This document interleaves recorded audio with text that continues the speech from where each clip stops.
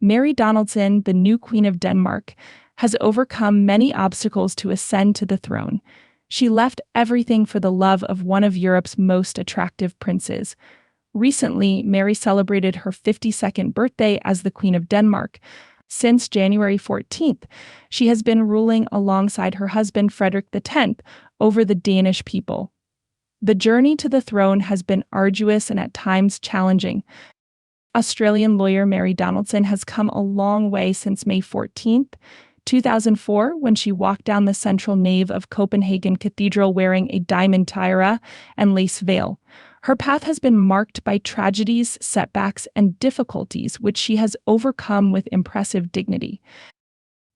Over the past decade, Mary has emerged as a prominent member of the Danish royal family council and earned widespread respect from the public. Patron of numerous associations, foundations, and non-governmental organizations dedicated to sustainable development, anti-bullying, and child welfare, she is beautiful, intelligent, elegant, and discreet. Few people can believe that her marriage to Prince Frederik, which began 4 years ago after they met at the Olympic Games in Sydney, may today be nothing more than a show. Following the publication of photos of the future Danish king with Genevieve Casanova, several media outlets claimed that the marriage had already been dissolved and that Frederik was occasionally retreating to a bachelor dorm. It was also suggested that Maria was only playing her role out of discipline. The courtship, which had seemed like a fairy tale, was now confronted with reality, and it seemed that it would only be maintained out of a sense of duty. However, this twist in the script changed everything. Mary's life was not a fairy tale. She was born on February 5, 1972, in Hobart, Tasmania, Australia, as the youngest child of applied mathematics professor John Donaldson and Henrietta Clark. Her mother worked as an assistant at the University of Tasmania. The first significant opportunity for the future princess arose when her mother passed away due to cancer in November 1997. In 2001, Mary's father married Susan Elizabeth Horwood, a British author. Mary has 2 older sisters, Jane Allison and Patricia Ann, and a brother, John Stewart. She attended elementary school in Texas, where her parents settled for work, and completed her education in her hometown. Mary was always athletic from a young age. She completed her high school education in Hobart and obtained a degree in commerce and law from the University of Tasmania.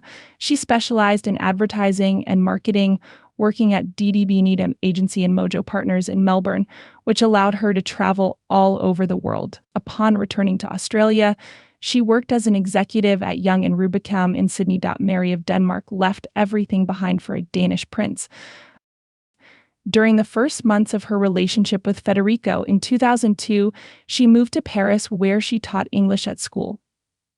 They met in a pub during the Sydney Olympics in 2000, and the young woman decided to be closer to the prince, and Queen Margaret decided to accept the courtship. The prince proposed in Rome with a diamond and emerald ring, but it took another 2 years before Mary and Federico reached the altar on May 14, 2004. A successful advertising executive provided everything to say "I do" to one of Europe's most attractive princes in front of the entire royal family, who later celebrated at Fredensborg Palace. Mary began her journey as a princess amid criticism for being superficial and wasteful in her closet. The crown princess lacked class. Gradually, she achieved an impeccable role as an advocate for children's rights and sustainable fashion, of which she is a prominent ambassador. And of course, she was a mother.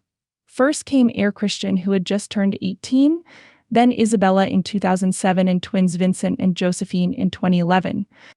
All the press talked about a fairy tale, but the interested party herself described her romance with the prince more discreetly.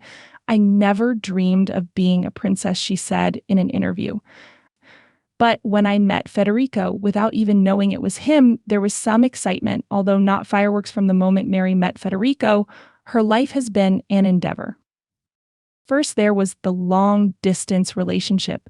Then the strategy of winning the favor of Marguerite II, the rejection of her children in the event of divorce, her conversion to the Lutheran faith, and finally the long process of winning the title of crown princess. "The happiness and strength you give me are like the morning sun with its brilliance.